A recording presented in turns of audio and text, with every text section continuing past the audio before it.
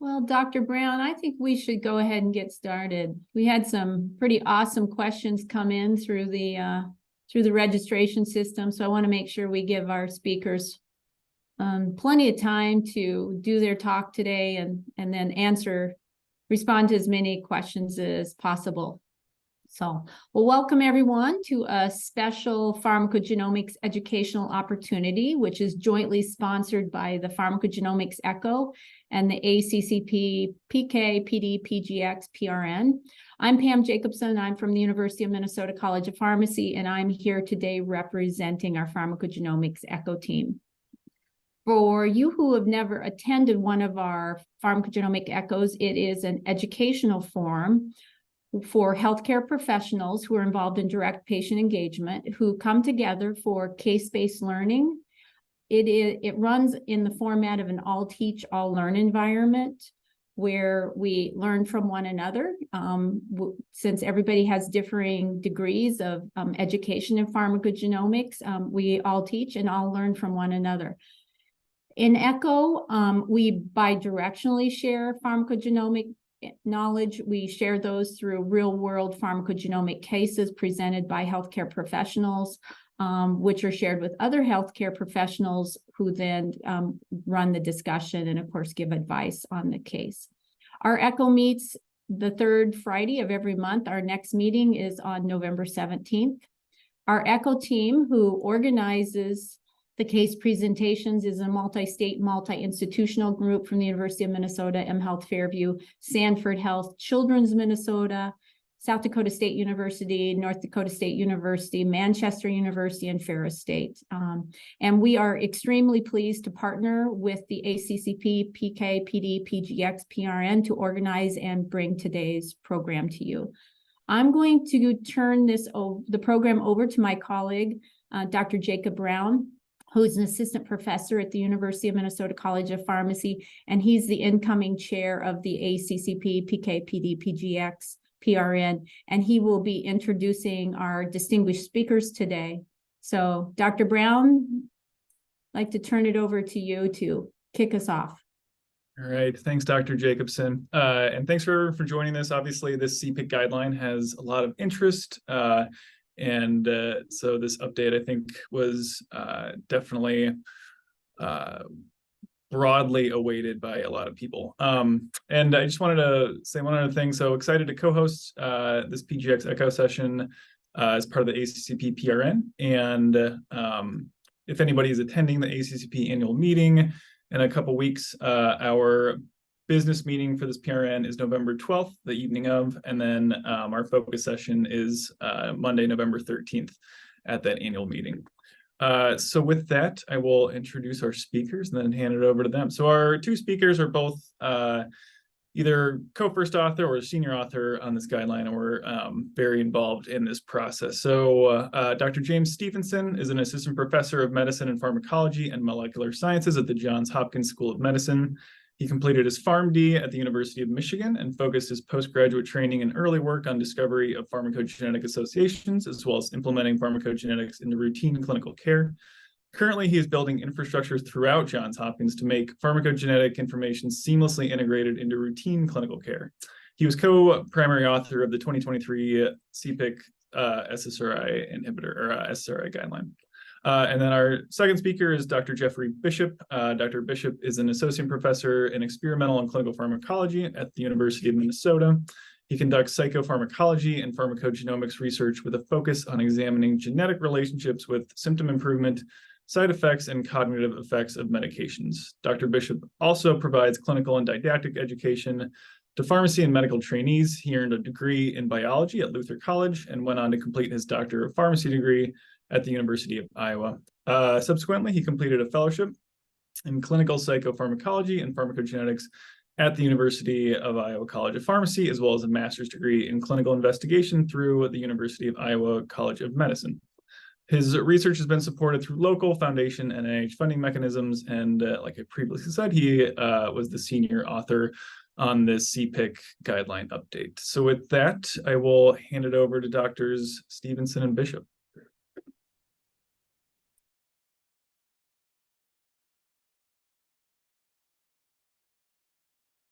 All right, how are those slides looking?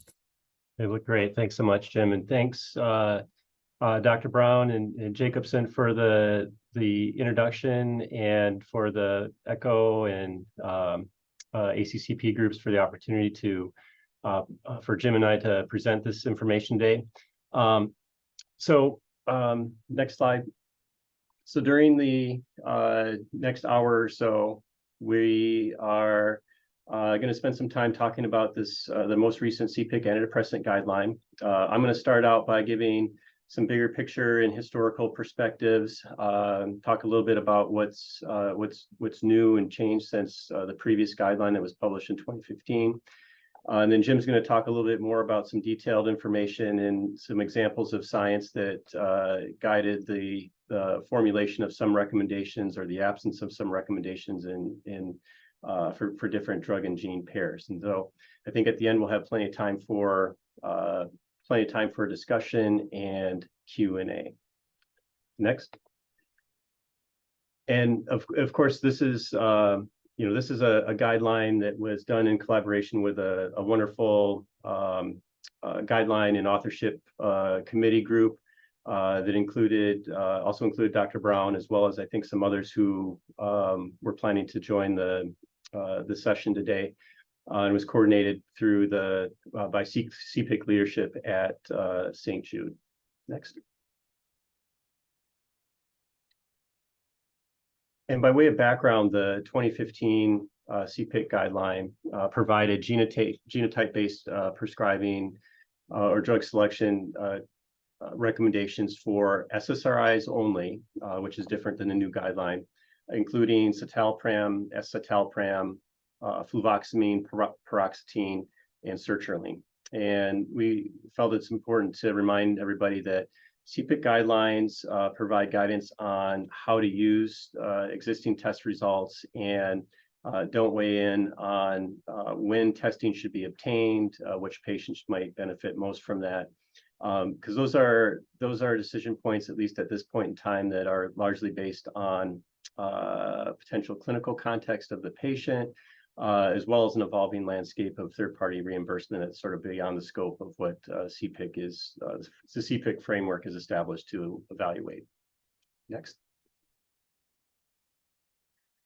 We wanted to talk a little bit about dose response, dose relationships with SRI medications prior to getting into some of the details of the guideline recommendations.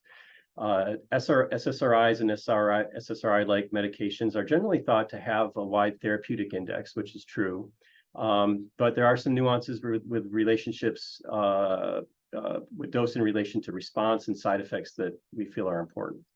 So pharmacokinetic linked imaging studies, as well as fixed dose randomized controlled trials, have identified that there are minimal exposures necessary to elicit antidepressant symptom improvement or symptom response.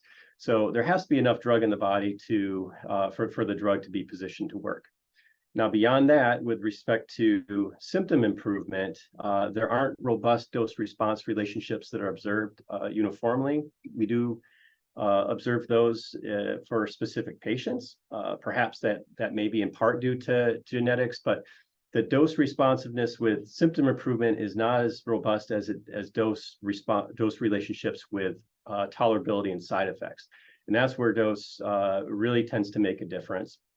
And if you collate data across studies using antidepressant equivalent dosing, look at relationships with dropout due to side effects, as highlighted on the right-hand panel here, you can see that as dose increases, the odds or likelihood of discontinuation substantially increases as well. And so dose or concentration dependent side effects that are really bothersome include sexual side effects, sweating, QT prolongation for a couple of agents, GI side effects, as well as others that can significantly impact an individual's desire to continue treatment. Next. The other thing that we wanted to highlight is that for all the individual medications that were included as in scope for this guideline, all have some product labeling and clinical adjustment that's recommended for either alterations in renal function, hepatic function, or kinetic-related drug-drug interactions that may impact the exposure of these agents. And so, in that context, considering genotype-related dosing adjustments that have similar, or in some instances greater, effect sizes as compared to these seems like a clinically relevant and natural extension of these factors that are already considered in clinical care. Next.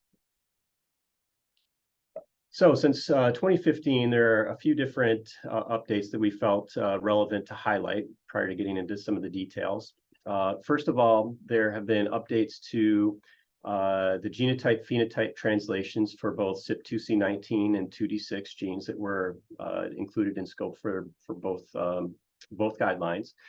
Notable for 2C19 is the separation of star 17 heterozygotes and homozygotes into rapid and ultra-rapid metabolizers, respectively, whereas in the 2015 guideline, they were considered together all as ultra-rapid metabolizers. There have been some updates to standardizing 2D6 genotype to phenotype translation through some international consortia, harmonization efforts to sort of get more consistency on what defines an intermediate, poor intermediate, and ultra-rapid metabolizer. And then there have also been some activity scoring updates for some very specific 2D6 alleles, and all that was considered in the context of this guideline.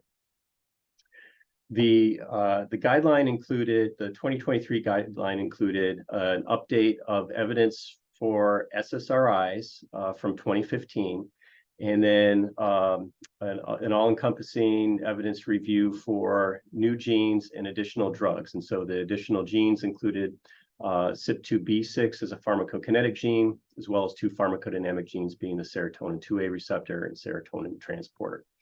With respect to medications, we added SNRIs as a class grouping, not including tricyclic antidepressants, but desvenlafaxine, duloxetine, levomanelsopram, enelsopram, and venlafaxine.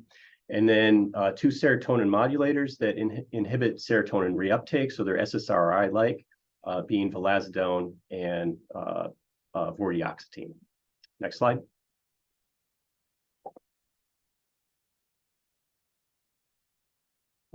So the reason we added, we elected to add a 2B6 into the list of pharmacokinetic genes was primarily based on accumulating evidence relating 2B6 in relation to sertraline that had almost exclusively occurred since the 2015 guideline was published.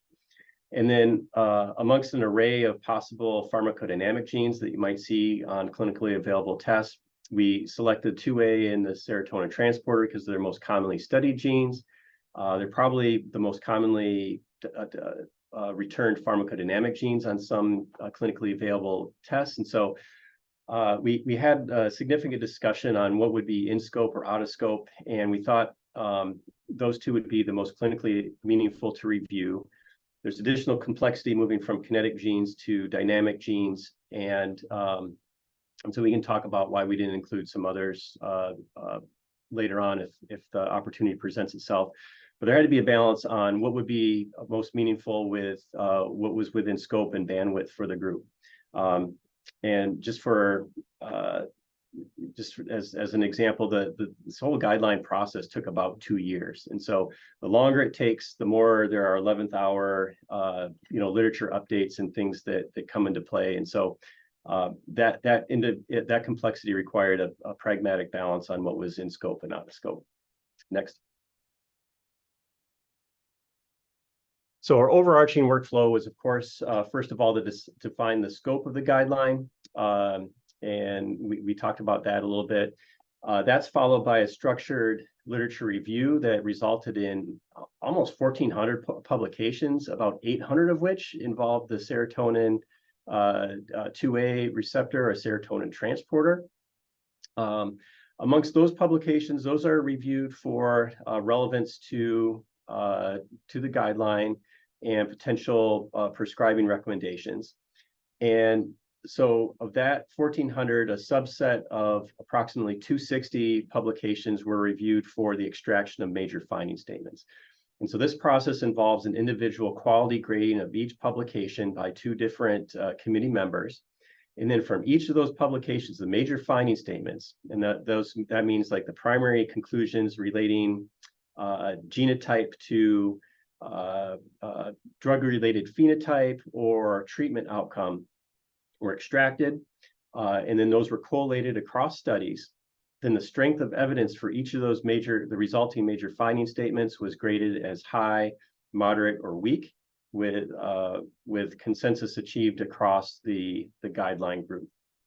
And then those major finding statements were used to develop prescribing recommendations and assign the CPIC level of evidence that you may see sometimes for drug and gene pairs that ranges from A, B, C to D, with A and B meaning representing levels of evidence suggesting that you either should or could use genotype to alter drug selection or dosing.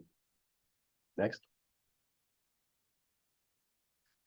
So higher level overview of the recommendations is included here. We provided recommendations for dose adjustments or drug selections based on the 3 kinetic genes, genotypes for citalopram, escitalopram, sertraline, paroxetine, fluvoxamine, venlafaxine, and vortioxetine. And what you can see here on this slide is that there's drug and gene specificity for the recommendations linked to each drug and different metabolizer genotype groupings across these medications. So that's very drug and gene specific. Those that are highlighted in bold are done so for 2 reasons. The first is that we wanted to highlight that the recommendations were tended to be stronger with larger effect sizes for the metabolizer phenotypes that are at the extremes. So ultra rapid or poor metabolizers in most cases, and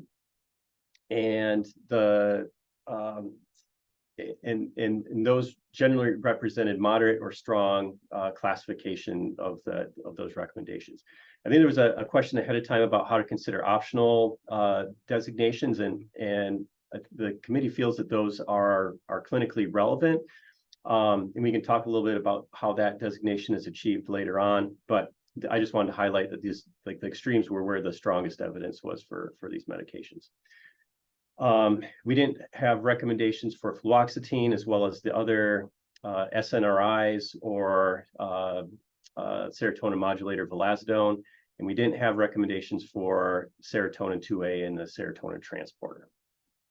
Next. Just as it relates to SSRI updates as compared to the 2015 guideline, generally speaking, the 2023 wording considers some more detailed language related to starting dose, titration, and maintenance dose, whereas the 2015 guideline largely anchored on alterations in starting dose. So that's one difference. With respect to citalopram and escitalopram, there are a couple of, I think, notable differences to highlight here. The first, of course, is just to remember that there's the separation and stratification of the 2C19 rapid and ultra rapid metabolizer groups and how we have evaluated that evidence. There was a strengthening of evidence for both ultra rapid metabolizers and poor metabolizers for this from moderate to strong now in 2023. Recommending the primary selection of an alternative agent in the context of 2C19 ultra-rapid or poor metabolizers. And so there was accumulated evidence in both adults and youth to help support that. I think Jim's going to talk a little bit about some of that a little bit later. With respect to sertraline, again, there's a few notable changes. With respect to ultra-rapid metabolizers, in the 2015 guideline, we had an optional recommendation to consider higher dosing in that context. And accumulating data really have highlighted that at least in the material that we reviewed, that the clinical relevance of the ultra rapid and rapid metabolizers was just not enough to formulate a recommendation. So that moved to standard dosing in the most recent guideline update. On the other end of the spectrum, poor metabolizer designation strengthened in the recommendation strengthened to a moderate recommendation to adjust the starting dose and having slower titration and a 50% decrease in maintenance dose for poor metabolizers. We added relationships with CYP2B6, which were notable for a 25% lower starting dose and 25% lower maintenance dose in 2B6 poor metabolizers. And then a sertraline 2B6 by 2C19 matrix that was informed by some large population study data that were fairly new, that looked at those interactions. Next. And then for 2D6 substrates, paroxetine had retained a recommendation for selecting an alternative and ultra-rapid metabolizers. The strength of evidence for the poor metabolizers and selecting something else or having alternative dosing strengthened from 2015 to 2023. And paroxetine was a source of some notable discussion points that we can talk about, including the impact of phenoconversion, uncertainties of how that relates to ultra-rapid metabolizers, duplications, multiplications, as well as autoinhibition that may be observed across different dosing ranges and durations of exposure.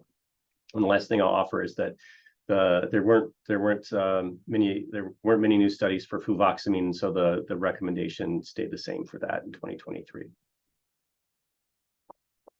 So thanks, Jeff, for providing the top level overview of the recommendations in the new guideline. What I'm going to do next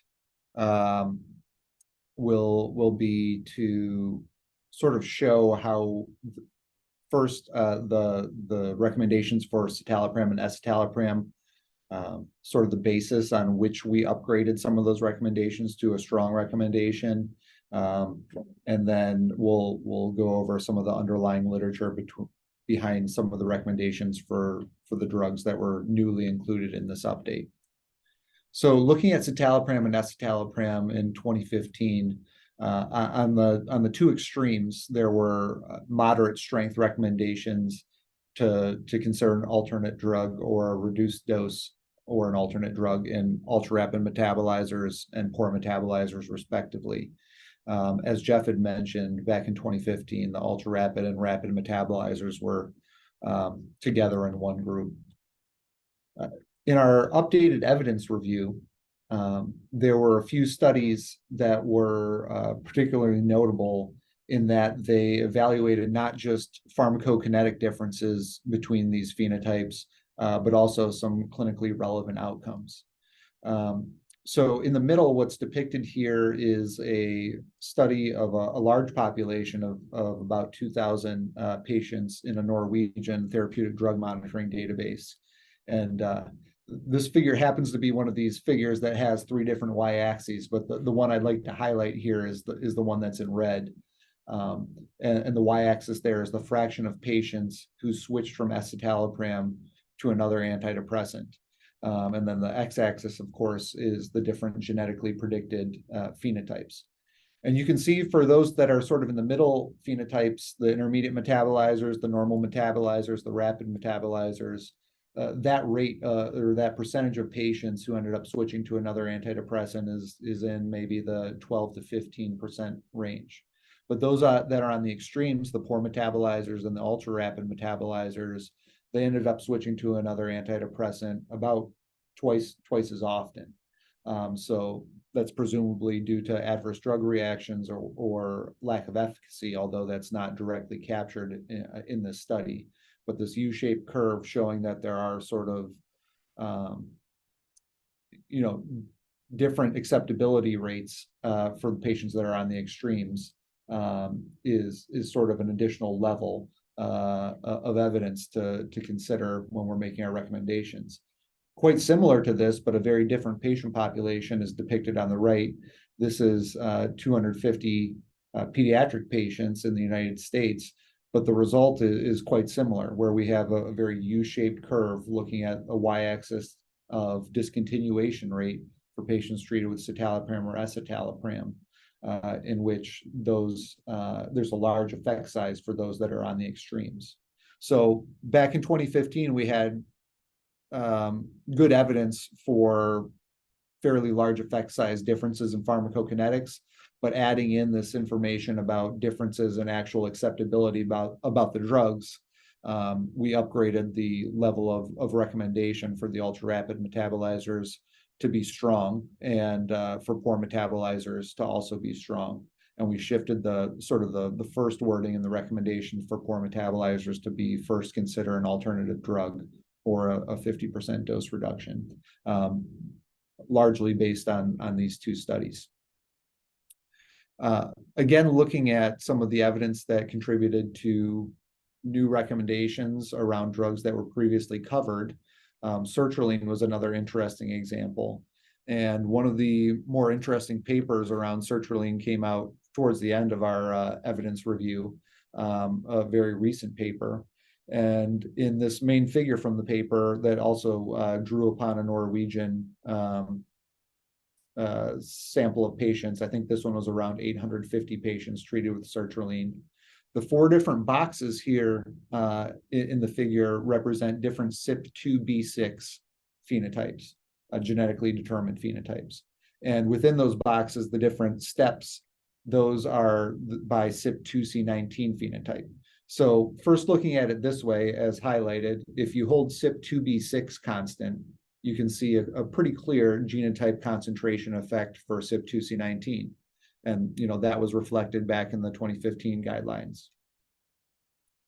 However, now looking at CYP2B6, which was a new addition to this guideline, if you hold CYP2C19 constant, only look at CYP2C19 normal metabolizers, you can see a fairly modest but clear effect of CYP2B6 phenotype or genotype on these dose-corrected concentrations. Now, the next few slides are talking about combining both CYP2C19 and CYP2B6. And in fact, there is an additive effect of the two if you have both genotypes available. So if you look at someone who is an intermediate metabolizer of CYP2C19 versus a normal metabolizer, they have about a 25% difference in dose-corrected concentrations. Similarly, if you look at someone who is a CYP2B6 poor metabolizer versus a normal metabolizer, that CYP2B6 effect results in a 25% difference in the dose-corrected concentrations. However, if you have both of those things, if you're a CYP2C19 intermediate metabolizer and a CYP2B6 poor metabolizer, there's 50 to 60% difference in these dose-corrected concentrations. So this type of study was sort of the backbone of our recommendation that if you have both of these genotypes available, that we have sort of a combined matrix style recommendation for sometimes greater dose reductions depending on the genotypes. Moving into some of the drugs that were newly reviewed for this new guideline. One of the commonly used medications that we looked at with great interest was venlafaxine, which is primarily metabolized by CYP2D6 with CYP2C19 as a minor pathway. So we were open to combined CYP2D6 and CYP2C19 genotype recommendations if necessary, but there wasn't robust enough literature looking at both.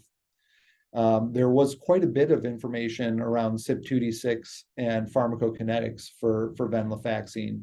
And venlafaxine is interesting in that it has a active metabolite, desmethylvenlafaxine or desvenlafaxine, which we also use clinically. So the CYP2D6 genotype certainly did affect the metabolic ratio of parent drug to metabolite, However, the evidence that that had clinical implications around efficacy or tolerability was quite mixed. Because of this large effect-sized pharmacokinetic effect without a clear clinical implication of this, we ended up with just a recommendation at just the optional level to consider an alternative medication because of those greatly changed pharmacokinetics in poor metabolizers. But this was something that we talked about a lot because it was a situation where we had active metabolite, greatly changed pharmacokinetics, but sort of a lack of clear signal for clinical impact of this. Moving on to vortioxetine. This is also metabolized by CYP2D6 and works as a serotonin transporter antagonist, as well as having partial agonist activity at the serotonin 1A receptor. There were some studies showing clear pharmacokinetic differences by CYP2D6 genotype, but what was kind of surprising to me, at least, was for a fairly new drug, there was a good amount of evidence showing actual differences in acceptability of the drug in terms of measuring drug discontinuation or switching to a new agent. So because we had robust pharmacokinetic differences, as well as some evidence that resulted in different levels of acceptability of the agent, we did end up having recommendations to consider an alternative drug or an increased dose for ultra-rapid metabolizers, and to decrease dose or consider an alternative in poor metabolizers. Vortioxetine is also slightly interesting in that the FDA package insert for this agent has a different maximum dose of 10 milligrams daily listed for known CYP2D6 poor metabolizers. That's part of the reason why we have this clearly delineated max recommended dose in the poor metabolizer language that you don't necessarily see in our other recommendations. Next up, fluoxetine, which was covered in the 2015 guideline. There were a few new studies evaluated that came out since the 2015 guideline. And fluoxetine is interesting in that it's an inhibitor of CYP2D6 and also has active metabolites. Somewhat similar to venlafaxine, we did see differences by genotype in terms of the metabolic ratio. However, the total active moiety, that's fluoxetine plus the active metabolite norfluoxetine, wasn't significantly different across metabolizer groups. We didn't have enough evidence around CYP2C19 to make a recommendation either, and ended up having no recommendation around genotype for fluoxetine, even with this updated data. For duloxetine, which is metabolized primarily by CYP2D6 and 1A2, the literature was actually quite sparse. And there was not a clear relationship from CYP2D6 to pharmacokinetic or clinical outcomes. Perhaps part of the mechanism was the contribution of CYP1A2, which is highly regulated by environmental factors such as smoking. So perhaps differences in interpatient differences in 1A2 activity may have ended up washing out CYP2D6 genotype effects. However, the bottom line here is that there wasn't strong or consistent enough evidence to make a recommendation around CYP2D6 genotype.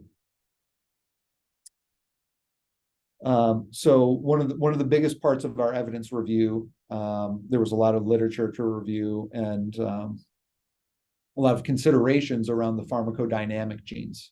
So first, we'll speak on SLC6A4, which is the gene that encodes the serotonin transporter.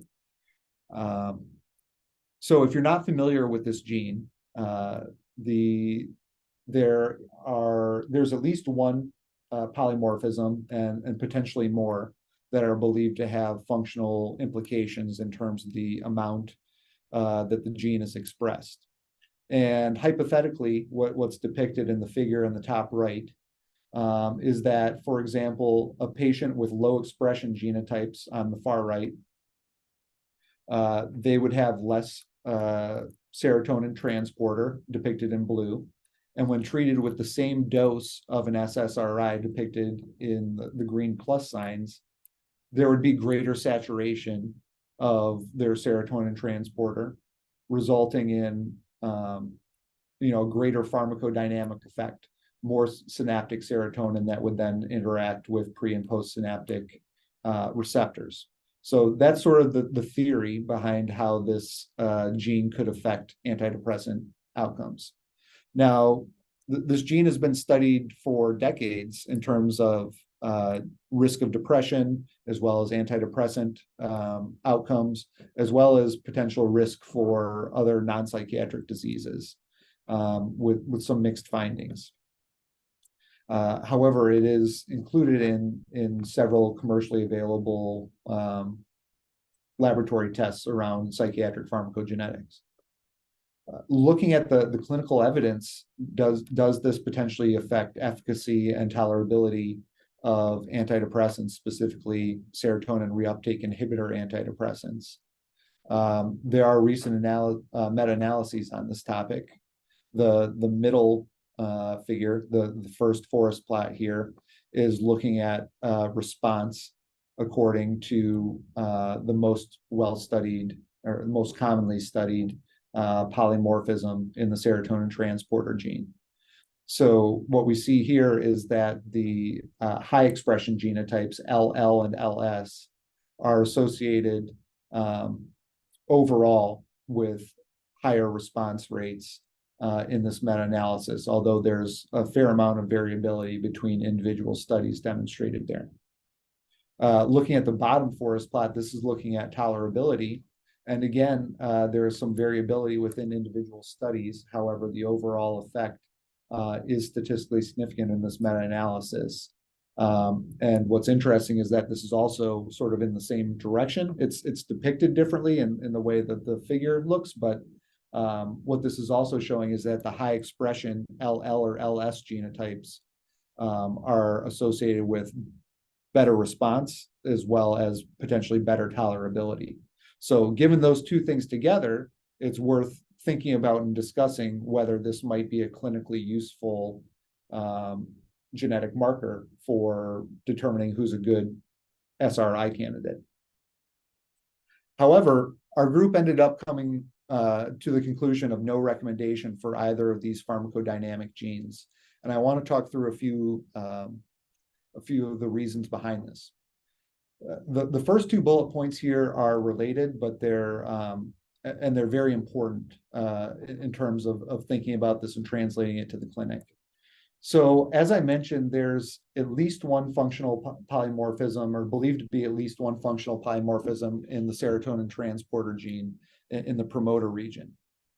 However, within that polymorphism in the promoter region, there's an additional SNP that lives within the long allele. And some evidence suggests that those with the A nucleotide of this SNP within the long allele, those are truly the high expression alleles. And those with the LG subtype allele, those behave more like the low expression S allele. However, some studies only look at the long versus short alleles. Some split them out with this LA and LG triallelic type model. And some studies also look at a different functional believed to be functional polymorphism in the serotonin transporter gene in the intron 2 region. So it's very unclear as of now, what should be considered a high expression allele. How to combine these things together. Should you combine, a haplotype of the promoter region polymorphism and the intron 2 polymorphism, et cetera? And there's no clear consensus in I would say in research circles or in this clinical guideline expert panel. So that's one of the issues around making a recommendation around the pharmacodynamic gene literature. But then there's also issues that arise when you think about actually taking these associations from research studies and translating it into clinical prescribing recommendations. One of the big issues here is that the serotonin either of these pharmacodynamic genes are hypothetically class effects by which, we may be saying those with low expression genotypes of the serotonin transporter gene are poor SSRI candidates, or maybe in fact they're poor SSRI and SNRI candidates, or perhaps maybe they're poor SSRI and SNRI and newer antidepressants that have serotonin reuptake inhibition as part of their mechanism. Maybe they're poor candidates for all of those, but it's not really clear what the appropriate alternative medication to recommend would be. And there's a lack of evidence to show that that they would necessarily do well or better on those medications. There's also the issue, the second bullet point, or the second sub bullet point there is there's differences in allele frequencies for these pharmacodynamic genes by ancestry, but that's nothing new. That happens with our pharmacokinetic genes as well. But what's a bit more concerning is that there's signals for differences in these actual associations with clinical outcomes that differ, or that there's an interaction between that and ancestry.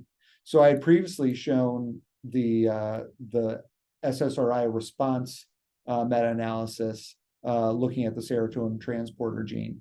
And that effect is significant when you limit it to Caucasian populations. When you limit it to East Asian populations, the effect is not significant, and in fact is on the other side of the line. It's trending in the opposite direction. So the mechanism that could potentially be causing this interaction with ancestry is not clear, and has huge implications when you think about treating a highly ancestral heterogeneous population in the United States. Furthermore, there's very few studies, especially if we are going to think that there is a sort of an interaction or differential effects by ancestry. There's very, very few studies that have large populations of Black or Hispanic patients, which is concerning when thinking about making a treatment recommendation that might interact with ancestry and having no data there. To further illustrate sort of the potential downstream effects of making a class effect treatment recommendation, what we have depicted here in the top right are the allele frequencies for the long and short alleles of the serotonin transporter promoter region polymorphism. And on the far right, those are the low expression genotypes. For lack of a better term, I'm calling them the worst serotonin reuptake inhibitor candidates here. And it's a large percentage of patients, 1 in 5 European Americans, 6% of Americans of African ancestry, and more than half of patients with East Asian ancestry. So if what's depicted in the bottom left is potential first-line agents in major depressive disorder. So if we're talking about saying that they're a bad candidate, just SSRIs, that's eliminating a large number of the potential tools in our toolbox. If we think that this might be a class effect that also expands to SNRIs, that reduces things further, and if we're also saying that it might also be a class effect where it affects vilazodone and vortioxetine, you're left with almost no agents. And we have very little evidence that these patients do a lot better on bupropion or mirtazapine, which is what we would really, I think, want to see before we make a recommendation for a class effect that would have such profound changes in prescribing practices. Now, the last slide here is moving on from just the pharmacodynamic genes, other considerations that our author group had to discuss and think about in terms of making recommendations that could actually be used in the clinic. The first is that these agents are not just used for depression. I think everyone knows that. They're used for a wide variety of psychiatric disorders.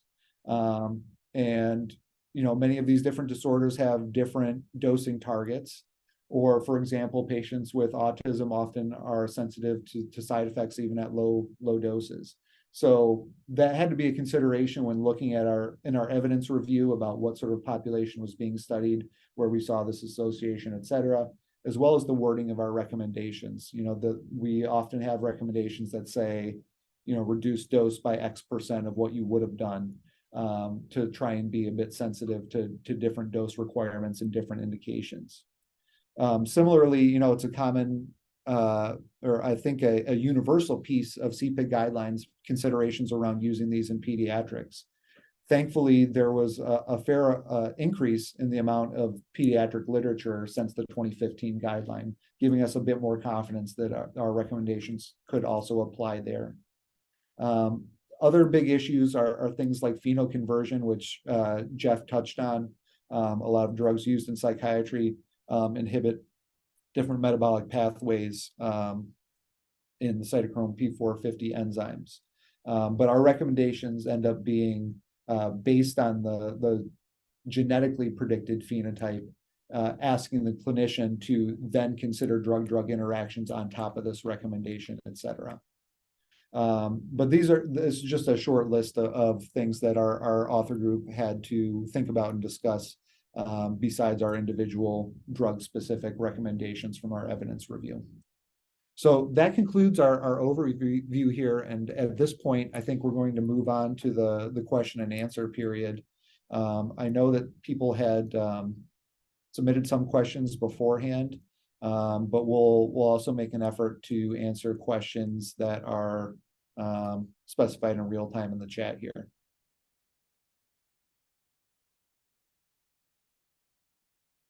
It's just wonderful. Thank you, Jim and Jeff, for that outstanding overview.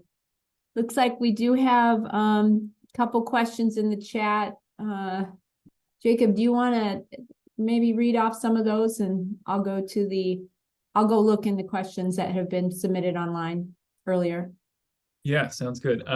So there's a question in the chat here. It's got a two-parter. When would you predict would be the next large review of evidence or update to the CPIC antidepressant guidelines? And then what gaps in the PGX antidepressant research would you want to see to clarify / standardize that further? I can take a first stab at that.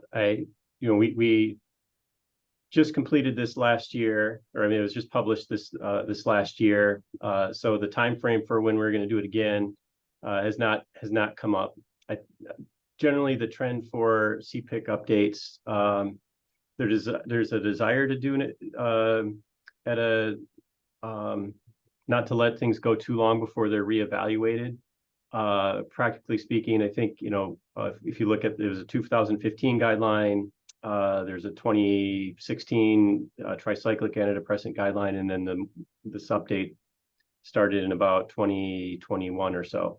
So, I mean, if I had to guesstimate, it'd probably be 4 or 5 years before it's getting queued up again. I think as far as accumulating evidence that would be nice, I think what we're seeing is a move to include more genes and have more drugs so that we can parse out what might be relevant.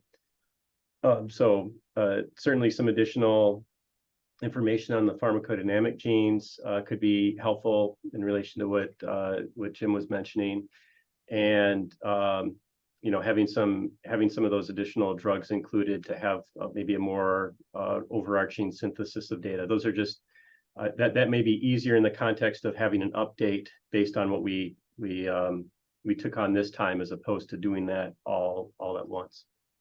Good question.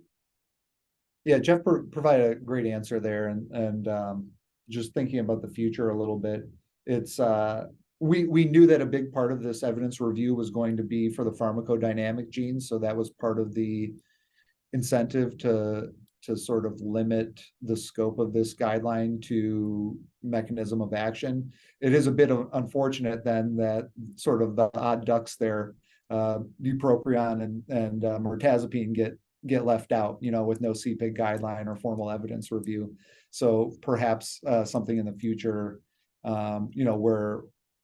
where the serotonin-related pharmacodynamic genes isn't expected to be such a big lift, maybe can be a little further arching.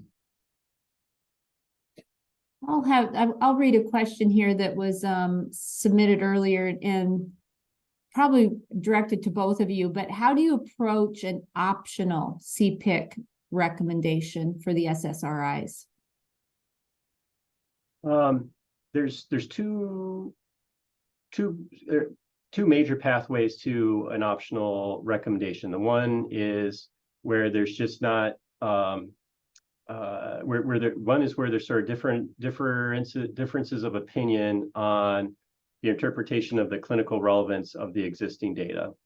And then the other might be where there's a signal that tends to be going in a direction, but the published data just isn't super extensive, or that there may be a couple of studies going one direction and then lack of consistency in the magnitude of effect, or possibly the direction. So I think if something ends up with an optional designation, the group has felt that that there is potential clinical meaningfulness in that. The extent to which that should be, I think there may be some differences in opinion or strength of the data behind that. So that's just sort of like the heterogeneity that sits in the background, but we would still consider those potentially clinically relevant.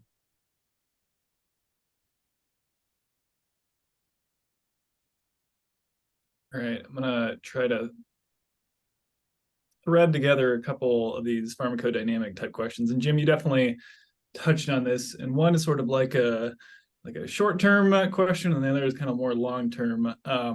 But in the event that you have like SLCA 6A4 information, and then a clinician comes to you for recommendation, in a European S/S patient, what would you say? And then more long-term, do you expect with more research that SLC 6A4 and HTR2A will become clinically relevant markers for SSRIs in the future?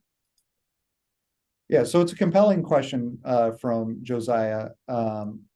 And